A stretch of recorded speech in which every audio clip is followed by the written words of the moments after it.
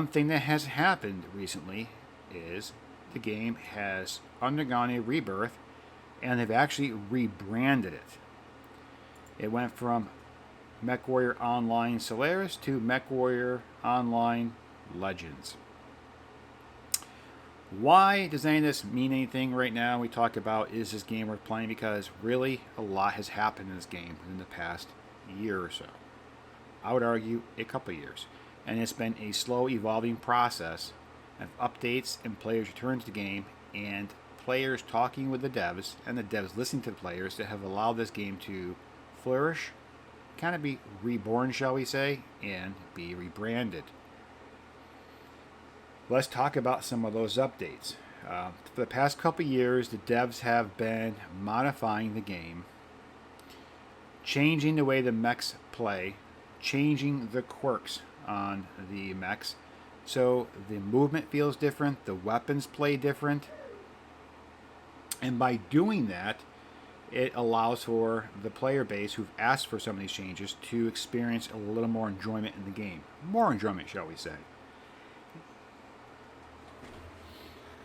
That success, like I said, has led to the rebranding from MechWarrior Solaris to MechWarrior Legends.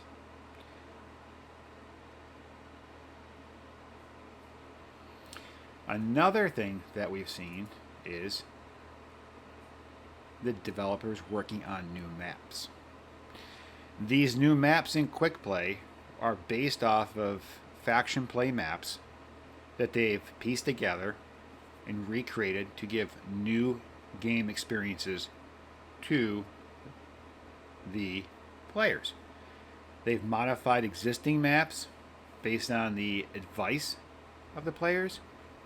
So you have developers listening to the players, creating new content, and modifying existing maps to make the game more enjoyable. And this right here, you're seeing right here, the maps right here, Caustic Valley, recent changes. Looking down here, Viridian Bog, they've made some adjustments. These are two maps, older maps, that have undergone some adjustments based on players' request. This right here, the new map right here, the Vitric Forge, is based off of a faction play map, but this is a completely new map. And these maps constantly go under adjustments and tweaks based on what the player feedback is.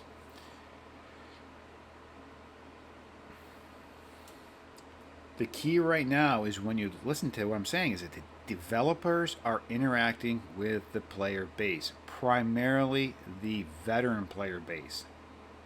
The veteran player base tends to go by an acronym called the Cauldron.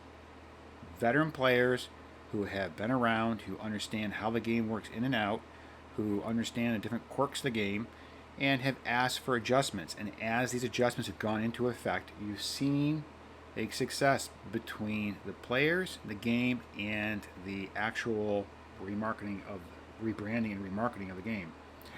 So when I talk about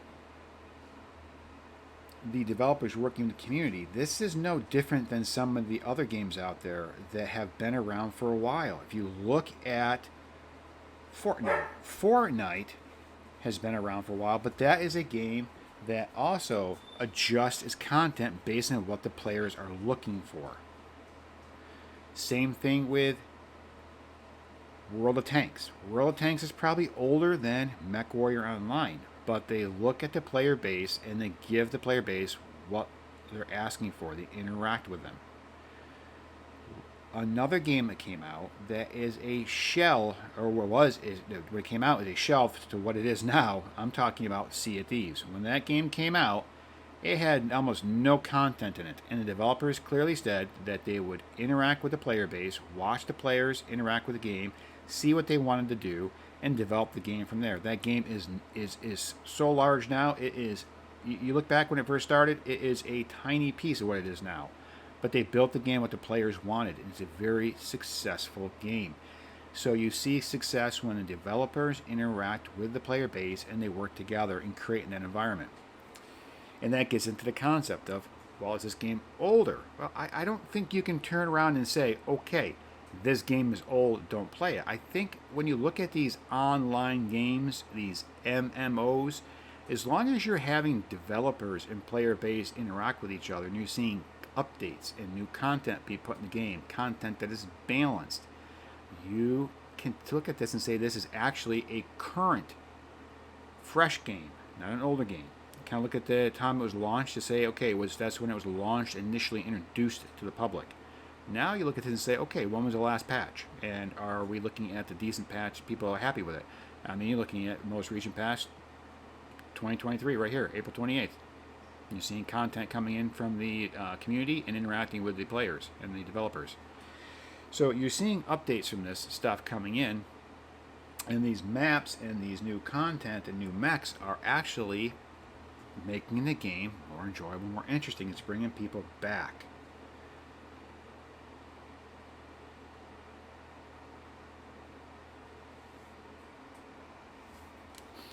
I think another thing too is people look at the numbers when people are playing the game. Well, the Steam numbers, or we think the numbers are this. I think you got to be careful in the 21st century in multiple online games and multiple FPS shooters.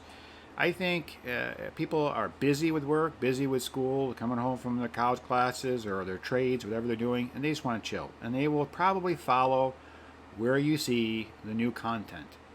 And they'll hang out with their friends, or they'll try to find some way to have some casual enjoyment, and they'll just play the game based on new events or new content. And they will move from FPS game or move from game to game based on this new content or what their friends want to play.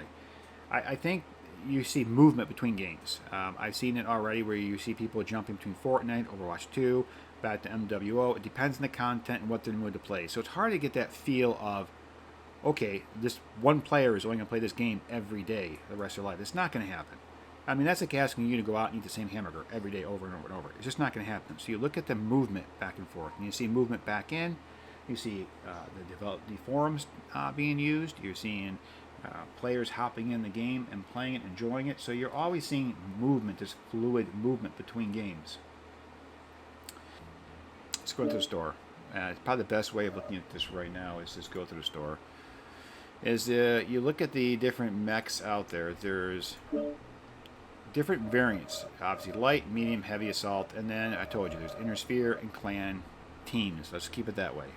You don't need to get into the detail of Battletech history. Just understand there's two different teams out there, technology.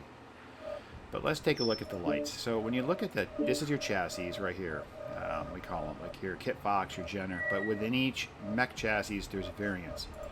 These variants have quirks. If you look at that right there, it tells you a quirk. Laser duration minus 10%, flame and range plus 15%. And it gives you quirks based on structure. You have different movement categories, and it tells you the tonnage, acceleration, torso speed. You can tweak all those quirks or engineering tweaks with your skill tree. So the point is the devs have worked with the Cauldron, modify these quirks in each chassis, each mech, to play a little bit different. They've hitboxes, they've changed the way the weapons are utilized, or are actually how they're playable in the game. So there's been a lot of changes based on what the players and the devs have done together.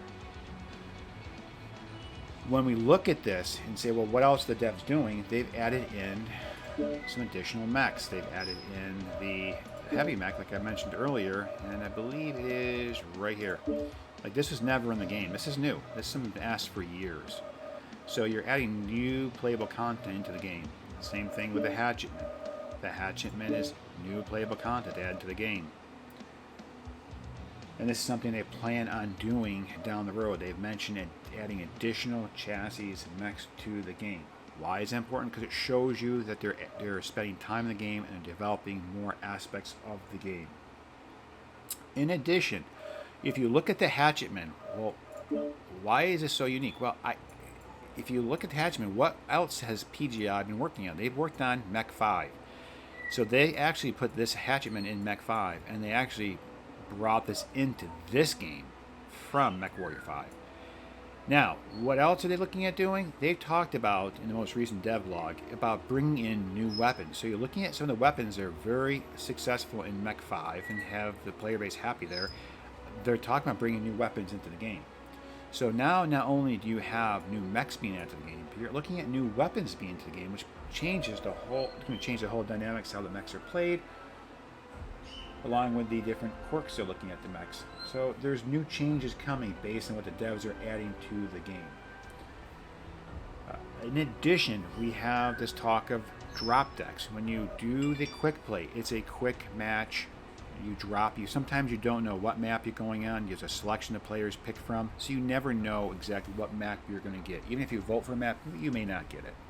So they're looking at bringing in concepts of faction play where you can pick 4 mechs, and instead of bringing all 4 into that one match, you get to pick 1 out of that 4 mech that you have decided. So you may not be happy with the map you get, but at least you can then change your selection of a mech at the last minute to bring into play in that map for increasing entertainment, and so you have more fun. Neat idea. Again, something new that the devs are doing for the user interface to make the playing experience better for all players.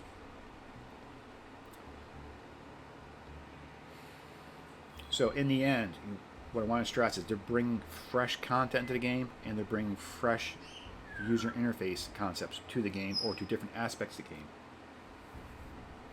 In addition, when I talk about new content being added to the game, alright, this is another new map they just brought in. And why am I going to bring this up? This is the map, the Free Wars Coliseum. When it was released, the player base had some concerns. There's a lot of fireworks in the sky. They were concerned maybe it was interfering with some FPS, frames per second, maybe some drops when there's so many fireworks are going off. And it looked beautiful, looked nice. It was a great idea. Some of the players out there complained about that, so they dropped it. They took it out. They did not want to do anything to disrupt the game experience for any players. But there's also concerns about them having too much open ground, snipers, etc. So what the devs did, well, also there was some issues with the rock formations when they built this new map. You could get stuck. So what the devs immediately did in this map is they added new structures, they brushed up on the terrain, they changed some of the terrain around. The point is that they turned around and listened to the player base and immediately did a quick fix. And down here, you look at this. This is right here an example of additional mech quirk adjustments by listening to the players and what they feel is best for the game. The devs are trying to keep an eye on what the game balance is and constantly giving the best experience out there. And there may be further twerks even on these quirks down the road. So nothing's in stone. When we look at these mechs, let's take a peek at the next concept of what PGI devs have done. This is the most recent iteration of the MechWarrior Legends. Now, when you rebranded it called MechWarrior Legends, but they have this new chassis out there. New purchase with real money mechs. You can purchase in-game mechs, and as we showed there earlier on, there was mechs, let me see here, in-game, that you can just purchase with MC. This is real cash. Now, one thing about the devs is you can earn MC by running events in-game, so you can build up MC just by playing the game, and then later on purchase a mech chassis if it's on sale. And they run frequent sales, if you've seen right here. They run sales. Like, for example, this one mech chassis is, they only buy it real cash, but they're running a 50% off sale. The thing is this, they also run events where you can earn some of these specialty mechs just by playing the event. And they're short events. So the devs are always trying to push for balance and allow access to the various mech chassis out there. If you don't have the time to play the game, and you don't have time to buy it with in-game currency, which you do right here, you can buy it with in-game currency. You can buy it straight out with real currency, just like any other game out there, really. But some out there you can only purchase real cash unless it's in an event. Just like World of Tanks, you have to have garage slots, and sometimes they run sales here, or you earn these through events. The point is, the devs are always trying to offer ways to earn stuff free in game. It's probably one of the few games out there I've seen where they actually promote the idea of free to play.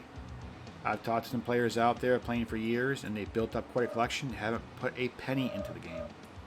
But they play the game and they support the team. And just by playing the game, you are supporting the game, right? So indirectly. Now, let's talk about these legendary mechs. So these mechs right here, I think they're like $15. But the point is they come with unique quirks. That quirk set for them is legendary, something that's completely different than all the other chassis. For example, this mech right here, the Shadowhawk, the Scattershot they're calling it. This has quirks that the other mechs in this chassis do not have. So it's something, it's a complete outlier in quirks to make this mech play and perform completely different.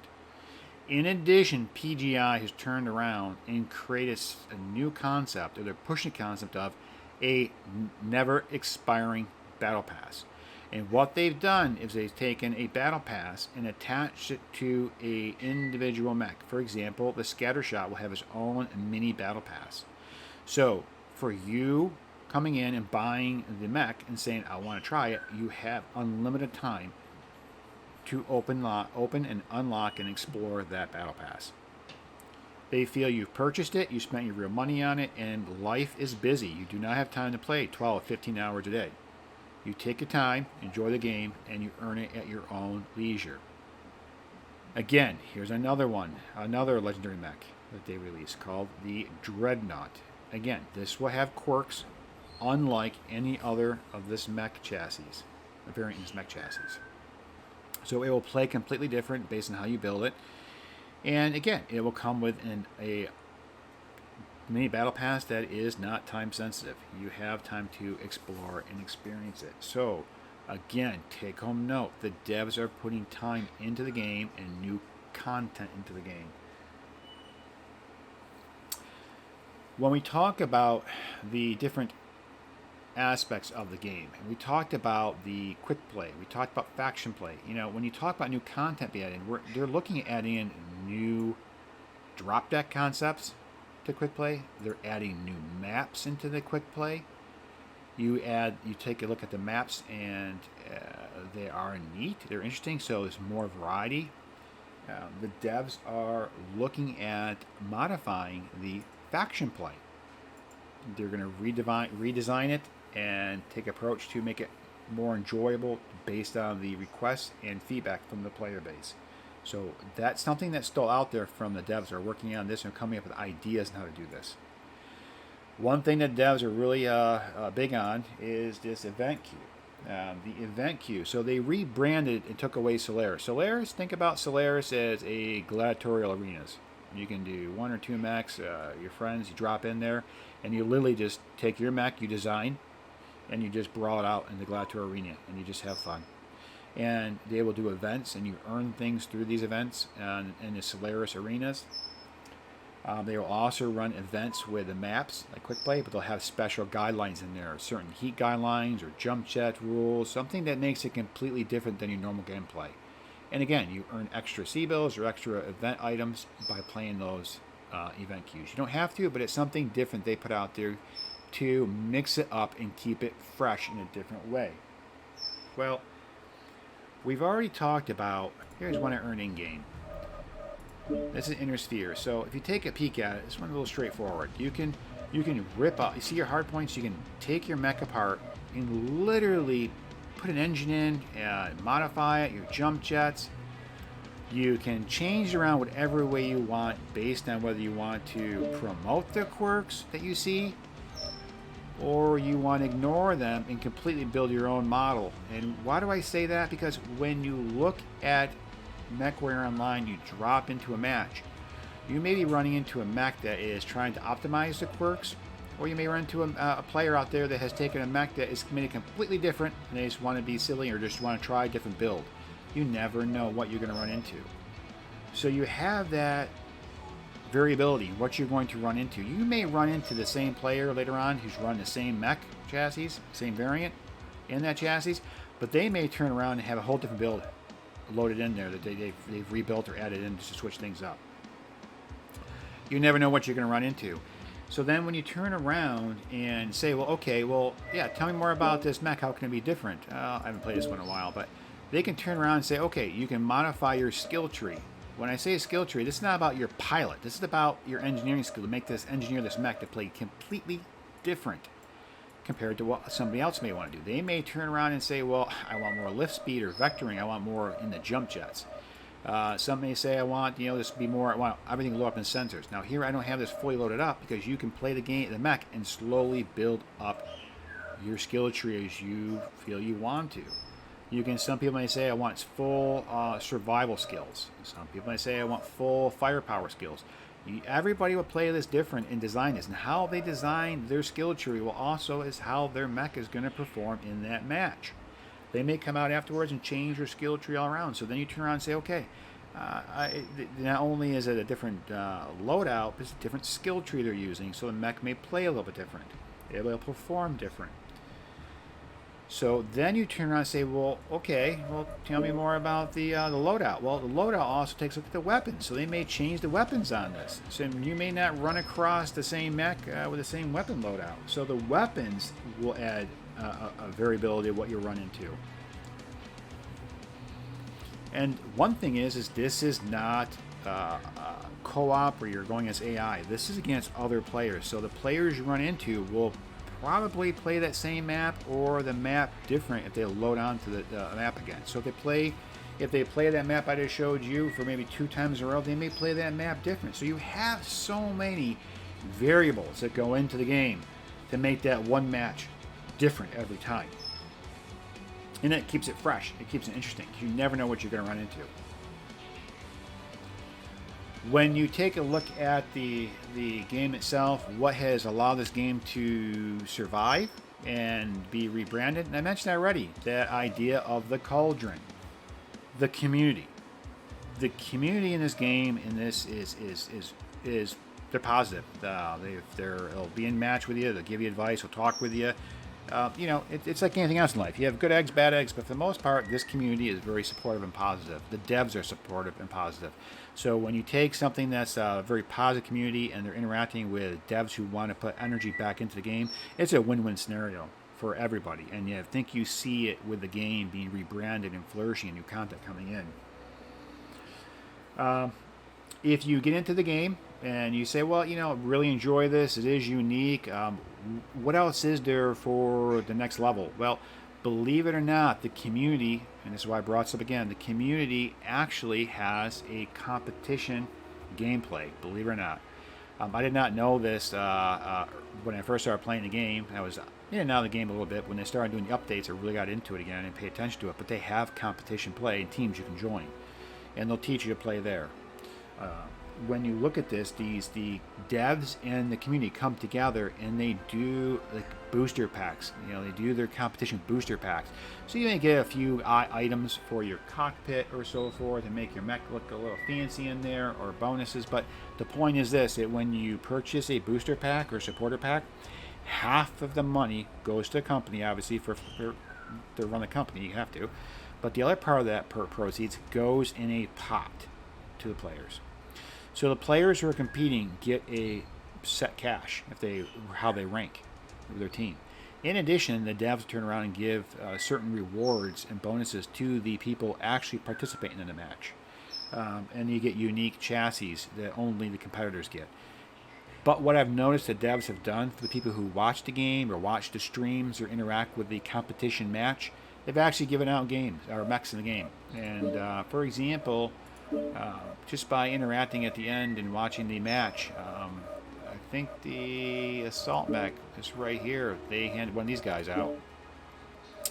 Why does it matter? Well, because if you take a look at this in the store, this is Dire Will See, you can purchase in game. And this is what's neat about this game. A lot of the mechs you can purchase in game. As long as you have the C-bills and you build up your C-bills and you have the mech bay, you can purchase this with just the in-game currency. But the Dire Will See here, you take a look at this, and the purchase in game is over 18 million C-bills you got to build up, or over 7,000 MC if you just want to purchase it. But this is what they handed out by just interacting and supporting the stream, watching the stream and watching the competition. That's the kind of community you're dealing with. A very positive, interactive community that trying to give back. If you have a bunch of Direwolf collection you're building up, you can always sell the mech for the cash and use this to purchase a different chassis or a variant of chassis. So there's a lot of positive things that the game is doing from the community standards and for the game itself. when we're looking at the inventory, again, you get title badges, you can test things out, but let's go into the inventory. When I look at this, you got your mechs, you got your weapon systems, and you can earn these. Say you purchase a mech and you strip the armor or the weapon off the mech, you put goes in your inventory, and you can sell it. You can sell the stuff to try and get some cash to buy chassis down the road. If you're hard up on cash, or you don't get a chance to play the game that much. But the point is, if you redesign a mech and you have these in your inventory, then you're not buying them outright. It's cheaper to redesign your mech. But how do you also get some of these items without just purchasing them in game or stripping them off a mech? Supply caches. And for example, you can turn around and this is like a common one. You open this up, and you get items just by playing the game. Okay, you go back and you can get, here's an uncommon one. I've had some rare ones, cockpit items, and you get items this way. So you just by playing the games, you earn cache drops. And it goes into your equipment. Like I said, you can sell them if you do not want to utilize them. So again, there's an inventory aspect to it. There's a design, engineering aspect of the game that goes with loadout, the skills, and when you look at this, it gives you, let's take a peek at this right here. So each weapon has different schematics and how it will go into the engineering aspect and building of your mech. So something you need to take into consideration. Heat management, weight, cooldown. There's a lot more to the game that meets the eye. And let's take a peek at the skills again, and those heat management and so forth, and the quirks and the weapons, they will perform based on how you engineer your skills. It's a nice rundown. So you take a look at the cockpit items. The cockpit items are stuff you can also purchase real cash, or you can earn them through events. And they can deck out your mech, make things unique, make things silly. There's war horns that go off, different sounds. That if you make it a kill, the teammates will hear your war horn go off. You can, like I said, you can have all kinds of stuff in your cockpit to make it look silly and just kind of make it you. That's one thing. And then there's bolt-ons you can do to really just make this thing look silly, or just so you stand out in the battlefield, kind of like the Red Baron was. Make yourself stand out. Kind of make it your way. You can put some silly decals on and earn the decals, and just make that mech just look unique and however you want it. Make yourself help you stand out more. As you run events, you earn colors. You can purchase them if you want, but you can just earn these through in-game events. So you can get access to the colors.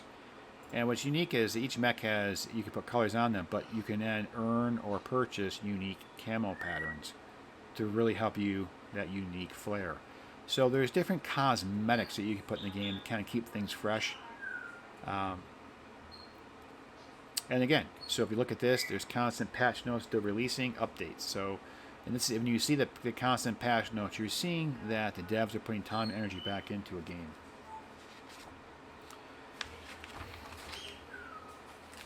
So when you look at this and you say, well, why?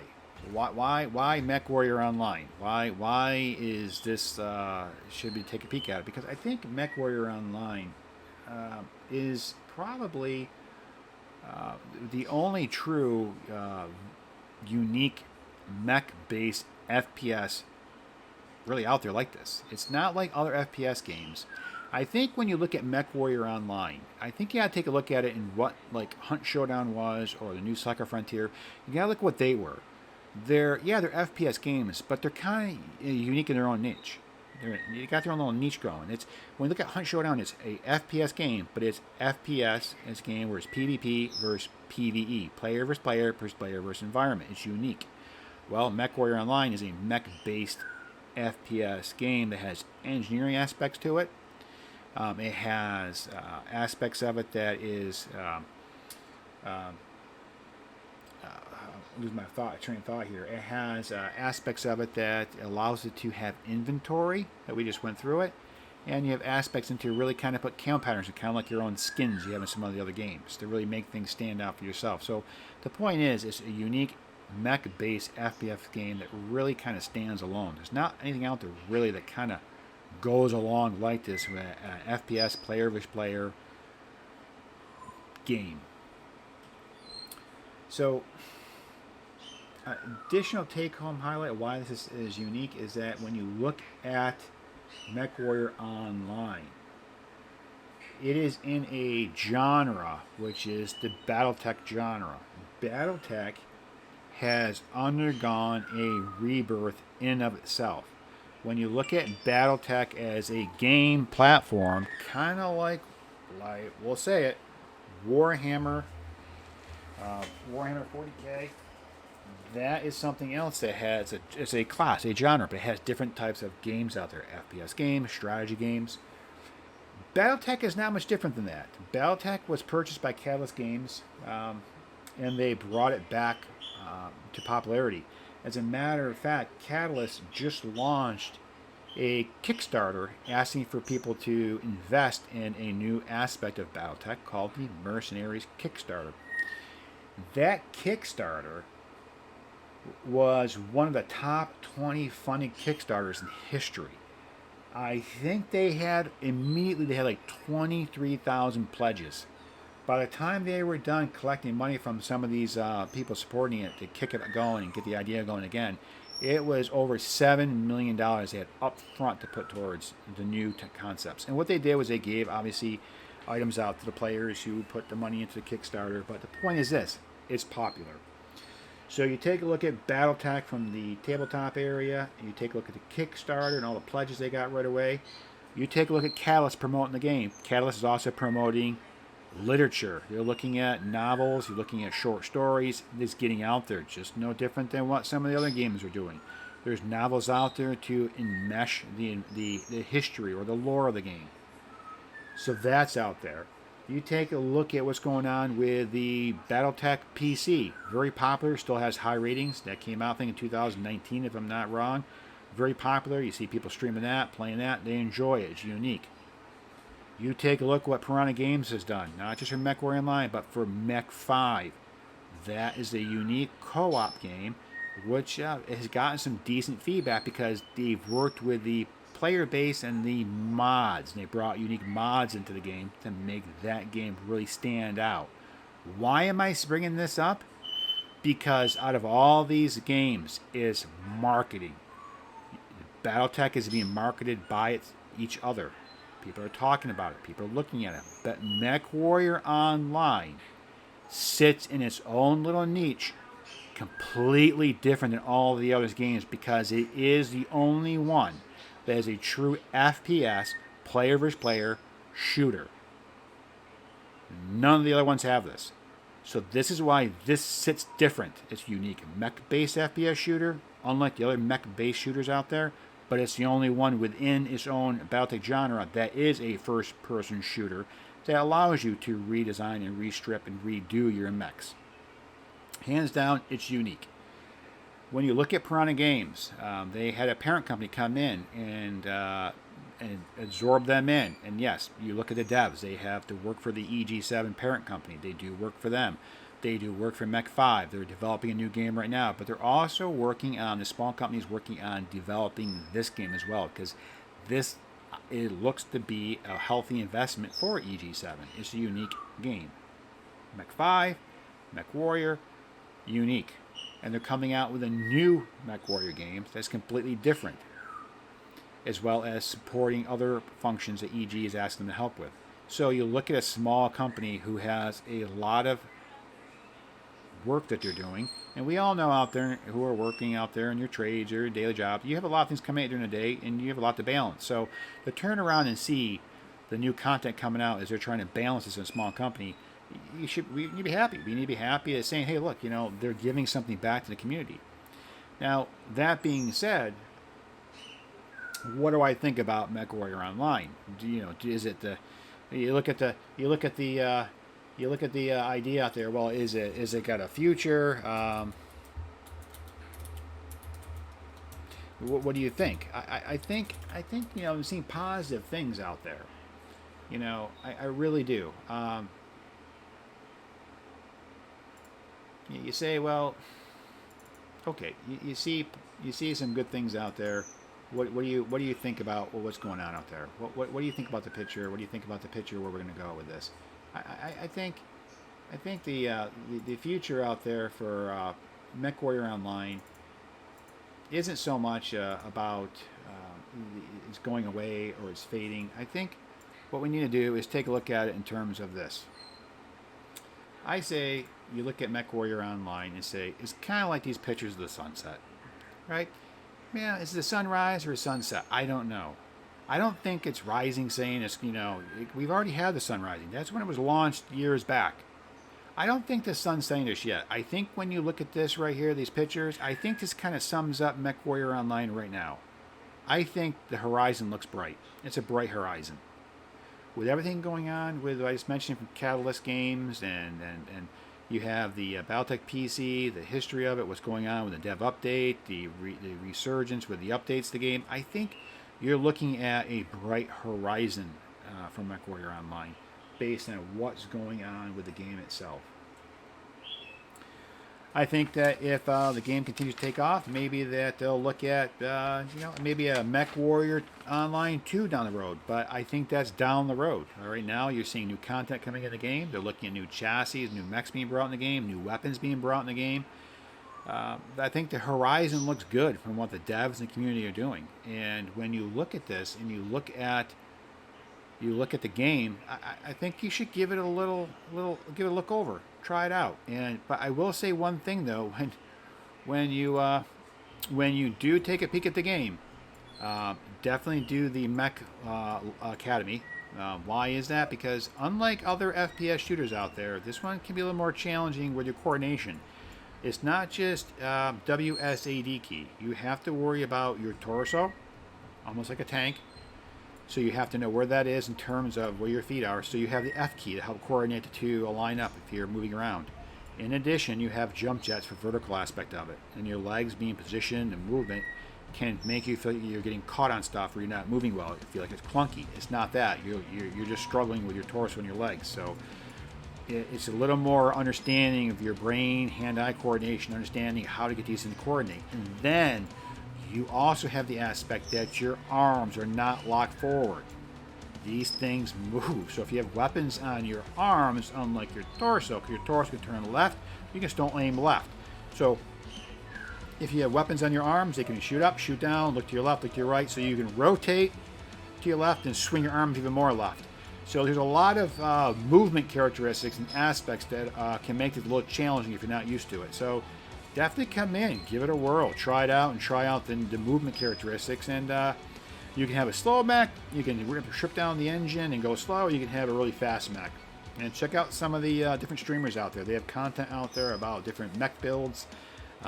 Check out some of the MechWarrior Online shorts to get a sense of what it looks like with the light mechs and the quick movement.